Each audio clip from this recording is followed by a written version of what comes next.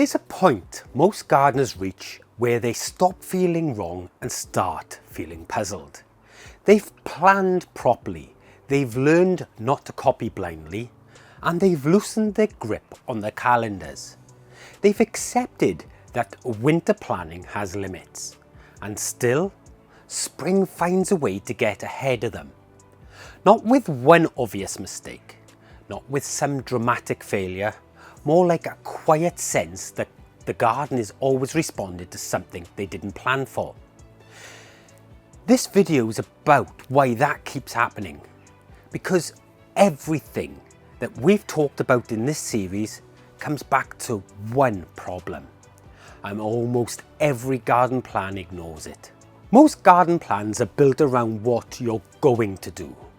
You decide where things will go. You decide when things will happen.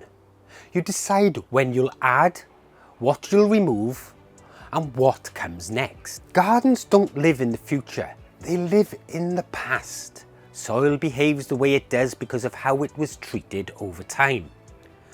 Water moves where it moves because of paths that formed long ago.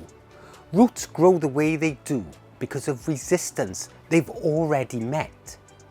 And stress shows up because pressure accumulated slowly, not because of one bad moment.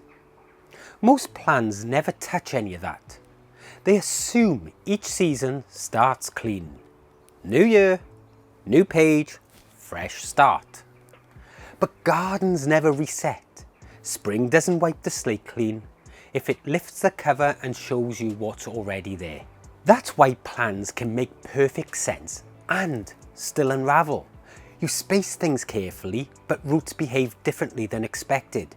You feed at what seems like the right moment, but biology lags behind. You water on schedule, but moisture behaves unevenly below the surface. Nothing you did was careless. The plan just didn't include the past. This is the part that makes gardening feel frustrating. You do the right things.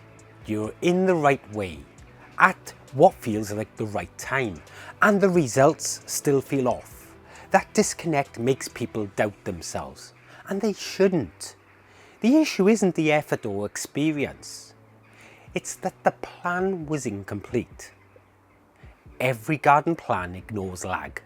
Not delay in the sense of waiting, but lag in the sense of what caused an effect that don't line up neatly.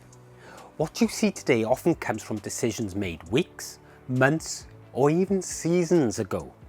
Plans assume actions lead straight to outcomes. And gardens just don't work like that. They move on delay. They respond after momentum has built or run out. That's why early growth can be misleading. Plants look strong, leaves open quickly, and everything feels fine. Then, later on, growth slows, stress appears, and problems surface long after the moment you would have expected them. Your plan didn't suddenly fail, it simply ran out of momentum that it didn't earn.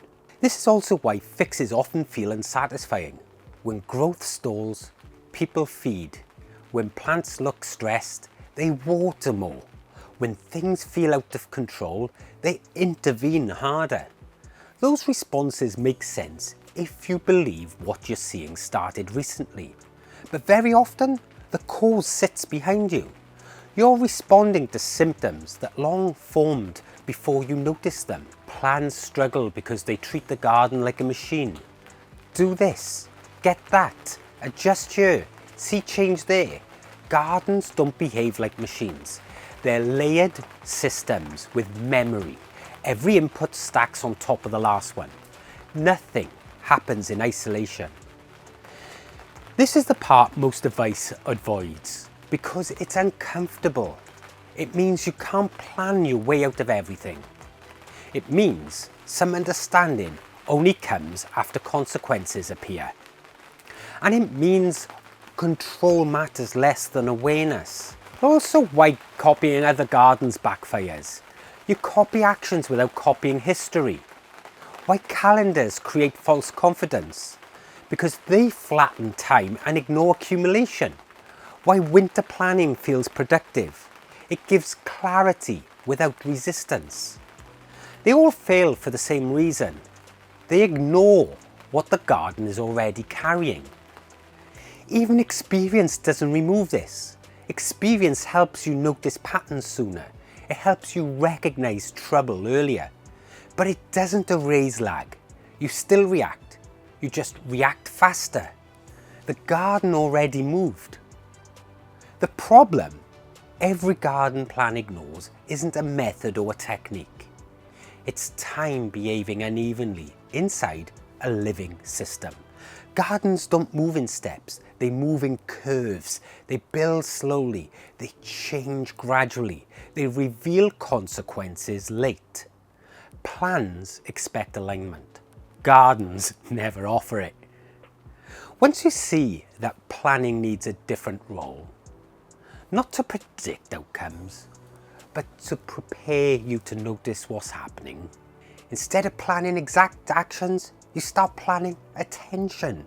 You stop asking when something should happen and start asking what will tell you that's happening. That shift changes how spring feels.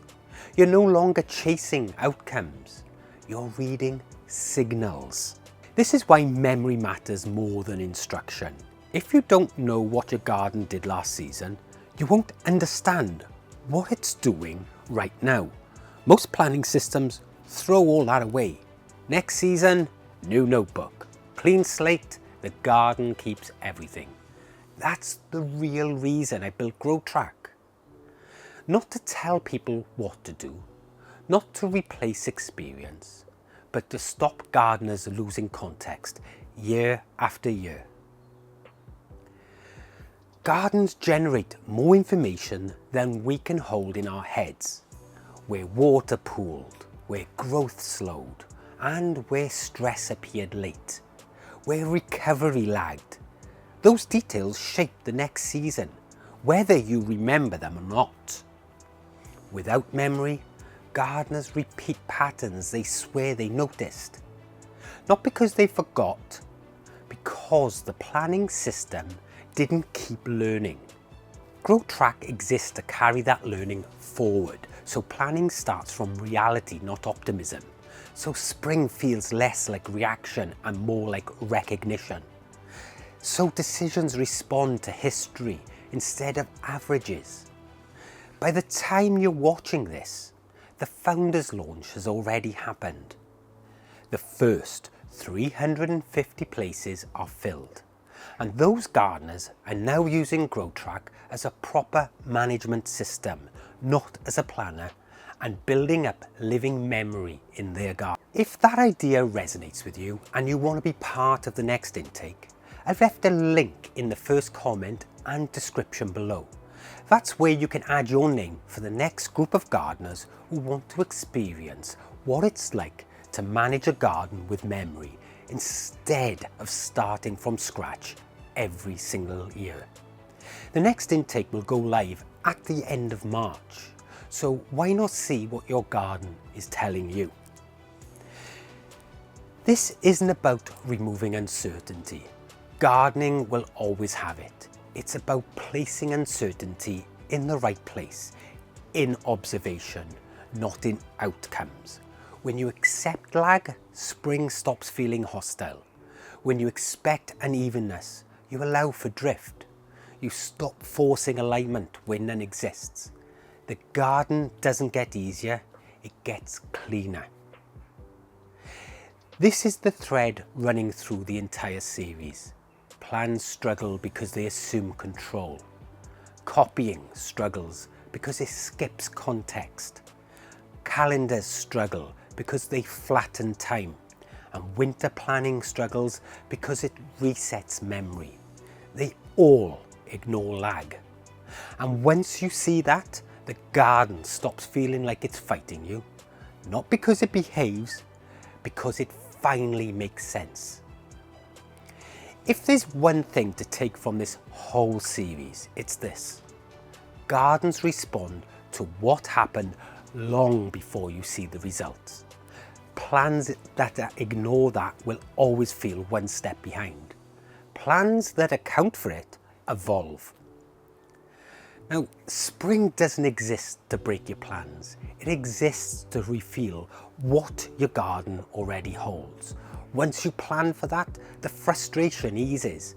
Not because the garden changes, because you do. I'm Tony O'Neill, and this is Simplified Gardening, and I will see you in the next one. Bye.